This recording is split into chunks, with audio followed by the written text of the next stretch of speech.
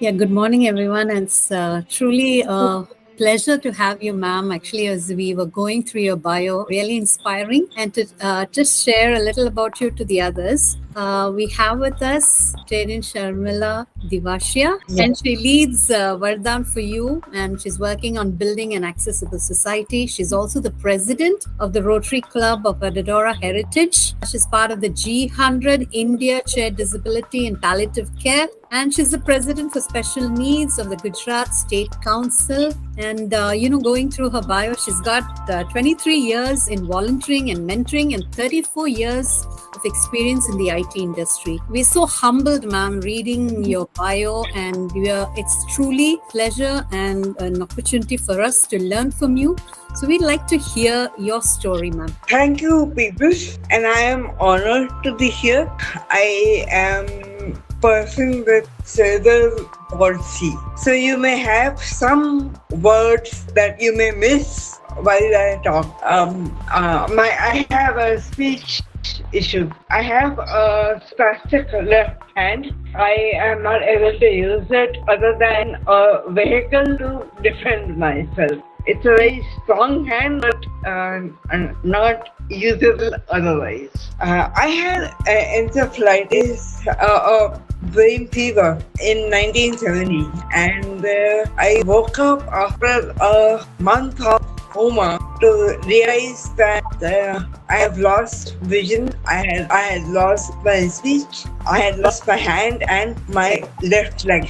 It's been a tough journey with therapy, speech, physio, and motivation. But here I am after 54 years talking to you. I don't have any thought of disability for myself. It's now become an inconvenience only, not a disability. Cerebral palsy has damaged my motor function to an extent that I don't use my left hand. I can't cut my right hand nails, but beyond that, I don't have a problem. I swim, I cycle, I ride a motorcycle, I run marathons, and yes, I have my full use of my intellect. It has been God's wish that my intellect is well and in order. Wow.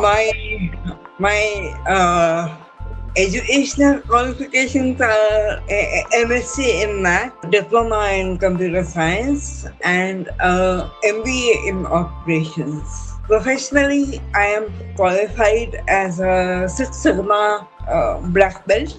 I have software quality certifications in ISO 900, and I am also a CMMI level 4 certified professional. I am globally look at projects and review them. Other than the professional part, I have been working with disability for the past 24 years now, since the year 2000. And that because my mother had indicated that I have put my life together.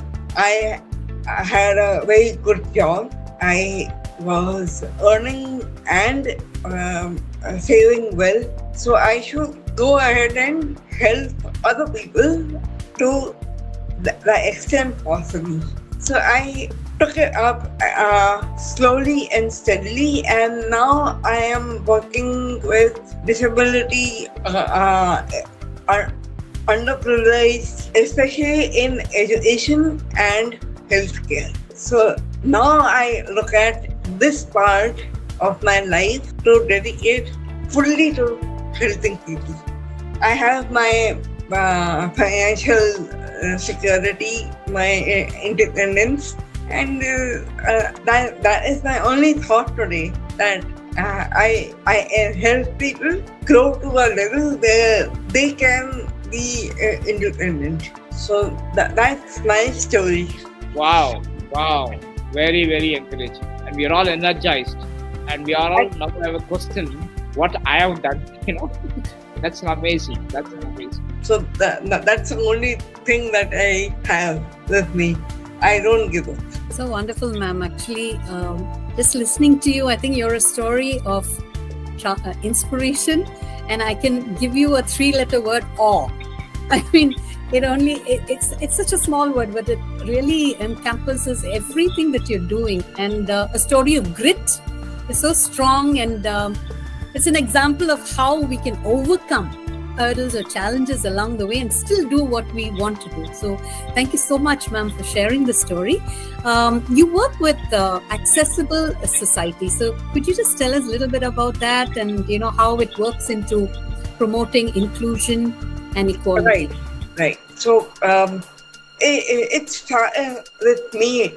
I mean, I am myself a little hard-pressed to open doors. If I have a bag in my right hand, my left hand will not work. So that's what made me push for accessibility and sensors on the doors to open when somebody is stepping up to the door. That was one thing that made me put my thoughts towards accessibility. I ride a bicycle, so I had my distributor change the brakes on the hand brakes. They just shifted that. So I had the back wheel brake on my right, not on my left. Very small things, but at the age of 6, I had to think what would work for me, and I have been keeping up with that. So it's a natural progression for me to, like, if I am riding a motorcycle or I am swimming, or what should be there for people with disability. Some have permanent disability. I swim and use my left hand to that extent that I can rotate it and swim. I won't drown. But there are so many people who don't have use of a limb. So how do they work? How will things be working towards a better society, better productive society, I should say? I have old people in my home. I have 2 old aunts and my parents. I look at handling 4 older generation right now. So I have my bathrooms fitted for accessibility. I have my garden fitted for accessibility, and they can sit out. They can enjoy the green area. The bathrooms are safe. Home is safe. So these are things that started me out. Yeah. And today I have a lot of things that I push for the government. Recently, I had a query from the government on ports and logistics accessibility for persons with disability.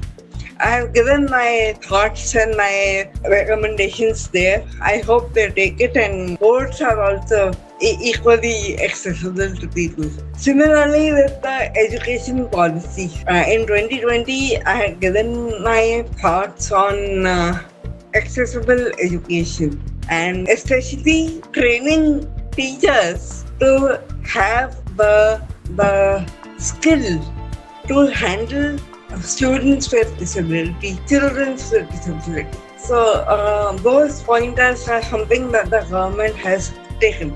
And I believe that maybe not this year, but definitely the coming years will show a lot of children with disability being educated, which we don't have today. It's nice, ma'am. It's nice that you've made a way where it seemed there was no other way, and that gave way to innovation to make those impossible things possible. So it's truly nice, for people. It's sort of a impulse for others also to take things that come along the way. Thank you so much, Jayalalitha, and thank you so much, ma'am, for sharing your entire journey. It is nothing short of an inspiration, because the way you see things is not looking at the limitations, Sure. but actually the opportunity. Ma'am, would love to understand also from you also about the challenges that you have, like you see, which the society has today, and the society needs to be worked better on those aspects. True. A lot can be said on the subject. The talent. We have a lot of talent. I have one person who is using a wheelchair, who has built up a company in building ramps. You may have heard of the company Ramp My City. If you haven't, go and look at it. The guy is wheelchair bound, but that doesn't stop him. I had a couple of blind and deaf students whom I have taught in Mumbai University while I was working at Mumbai. So I used to teach at Mumbai University communication and media and disability. And I had a student who was deaf and another student who was blind. So I had to take a very different approach to teach them. And today the blind student is an author in her own right, and the deaf student is a manager at one of the MNCs in Kochi. So these talents have to be built up. They need to be given space to grow, and that space was given to me by my parents, by my teachers, the wings to fly.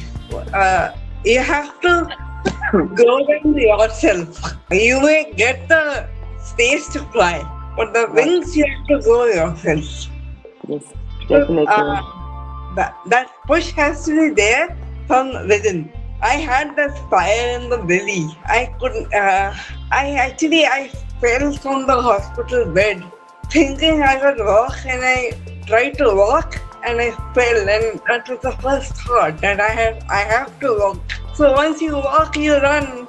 Once you run, you fly. Yes. There it is. That one spark is needed. That's it. And everyone has talent. So we need to just pick up that talent and push that. And that is such a beautiful thought, ma'am. It's a very new perspective also to look at things itself. Ma'am, what do you think is the role of organization or collaboration between organization can play a role in creating that awareness, going that extra mile to build that community? Collaborating with people within the organization or within two organizations? I think we will address all of them. We start with between organizations. Yeah. Between organizations, yes. Like I have one organization that is Bringle, which is a tech company. Okay. The other is a healthcare company that I am growing currently. And my third one is the NGO, Vardhan, that I started out with my partner in 2017. I collaborate with the government, with policies. I collaborate with educational institutions for awareness and education in disability, as well as a holistic development for kids. So it works very well with education. Awareness, when it comes to awareness, I have to push, because not every institution is keen to put disability up ahead. And now you're contributing back to the society also, ma'am. So that's a beautiful journey. I have so much to do and so little time. I'll turn 60 this year. I have, I think, 10 years of active work with me. Sometimes I feel that even sleep is overrated. Wow, ma'am. So, Great thing. And see, to collab. See, you are talking about MyRam and other innovations you have done in the lot of people, like you are mentoring and coaching them. How do you think we can help them to scale? Because that's where the word social franchising. All these successful people who are like he's been doing for Bangalore. How do we think? You think you can help us to these innovations to different cities, and that's where we are looking at collaboration. So how do you can help us out? yeah, I have begun a very large thought called Lucky Bag. Lucky Bag means what? I intend to touch 1 lakh people in each city of the country. Whether we are looking at poverty elimination, whether it is going to be disability or education or healthcare, but touching 1 lakh lives in every city in the country. So social franchising is something that will need to be put up at a very large level everywhere. And you being a part of that entire network, naturally, we work together on that. And have a brainstorm session on how we go about it. How do you go about things, and how can the two of us fit in? Great. We should be able to work out things, definitely. Thank you very much. I had one question, Achita. I just would love to ask ma'am about it. Ma'am, that is frankly, this is a really good news that we are willing to collaborate, because this is the need of the hour also. We work together in creating the awareness, because as you said, awareness is the major problem that we first need to solve. And would also want to understand from you the role of technology that you see as part of solving this challenge. Okay. I'll give you my own examples here. My one hand doesn't work. So even with the keyboard, I use voice. I use voice a lot. With my computer, with my phone, and with my students with disability, I have captions for the deaf. I have for the blind. And my notes are available a day or two earlier for them to understand what's going to happen. So that's how it works. Thank you so much. I am energized. My whole team is energized. I am grateful for this opportunity. It's both ways. No, ma'am, thank you so much, ma'am. It has been a beautiful morning for all of us. Thank you. Thank you. Thank you, ma'am. Have a nice day. Have a nice day. Have a nice week. And a wonderful weekend. Thank you. Same to you, ma'am. Thanks so much.